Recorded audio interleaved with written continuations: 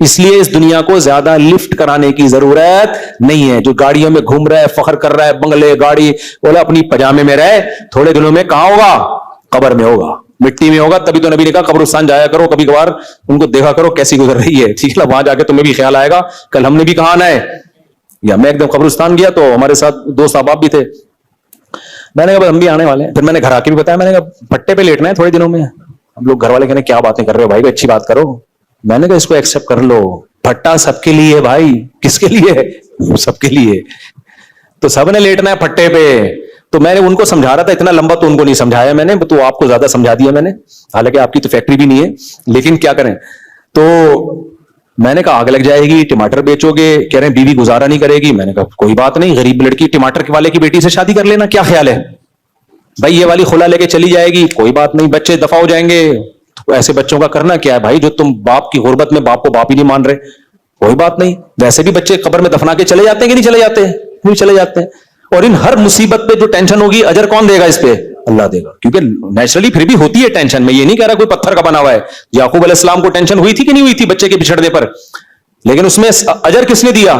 اللہ نے. تو اس پہ صبر کرنے میں آپ کو ایک موٹیویشن ملے گی. بھائی اجر کون دے رہا ہے؟ اللہ. صبر کرنے والوں کے ساتھ ہوتا ہے, جزا فضا کرنے والوں کے ساتھ نہیں ہوتا, ناشکرے لوگوں کے ساتھ نہیں ہوتا. اور میں نے کہا جب ٹماٹر بیچو گے تو پھر بھی ٹینشن ختم نہیں ہوگی. پھر بھی ٹینشن اس صورت میں ختم ہوگی کہ جب بیوی بھاگ گئی, بچے بھی مارکیٹ سے شارٹ ہو گئے, اب آپ کسی ٹماٹر والی کا رشتہ تلاش کر رہے ہو. پھر جب کوئی آپ کے پاس آئے نا اور کیا کیسی گزر رہی ہے, تو اگر آپ نے کہا نا بڑے برے حالات ہیں, تو اس کا مطلب آپ نہ فیکٹری میں خوش نہ ٹماٹر. پھر آپ نے بولنا ہے اللہ کا دیا میرے پاس بہت کچھ, ریڑی لگ رہی ہے, صبح روٹی کھانے کو مل جاتی ہے, بھوک میں شام کو بھی مل جاتی ہے, اللہ کا شکر ہے, سر چھپانے کی جگہ ہے, ایمان محفوظ ہے, کوئی جسم کو بڑی بیماری نہیں ہے. حدیث کا مفہوم ہے جس کے جسم میں کوئی بڑی تکلیف دہ بیماری نہیں ہے, 2 وقت کا کھانا مل رہا ہے, سر چھپانے کی جگہ ہے.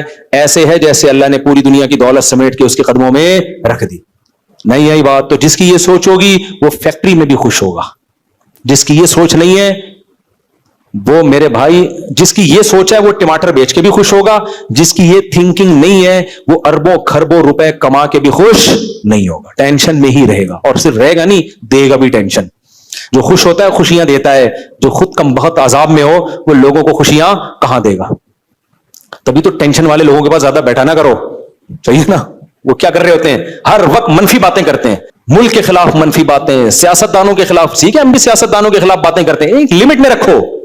یاد رکھو اتنا برا کوئی نہیں ہوتا جتنا ہم سمجھ رہے ہوتے ہیں. ہم کو ہر چیز میں مبالغہ کرتے ہیں, جتنا برا ہے اس سے تھوڑا سا کم کر لو.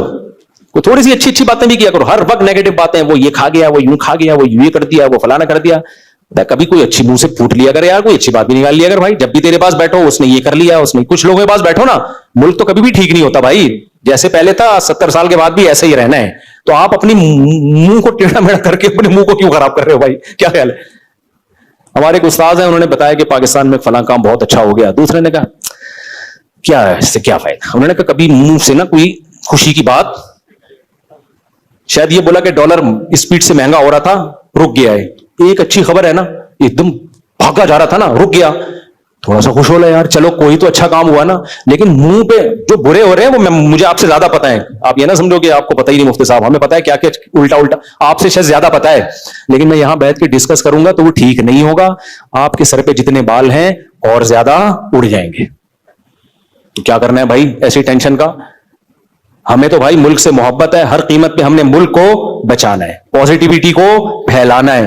ہاں کوئی احتجاج ہے, اعتدال کے ساتھ ریکارڈ کر, جیسے ہم نے سندھ حکومت کے خلاف ریکارڈ کروایا نا, اب بھی ریکارڈ کروا رہے ہیں.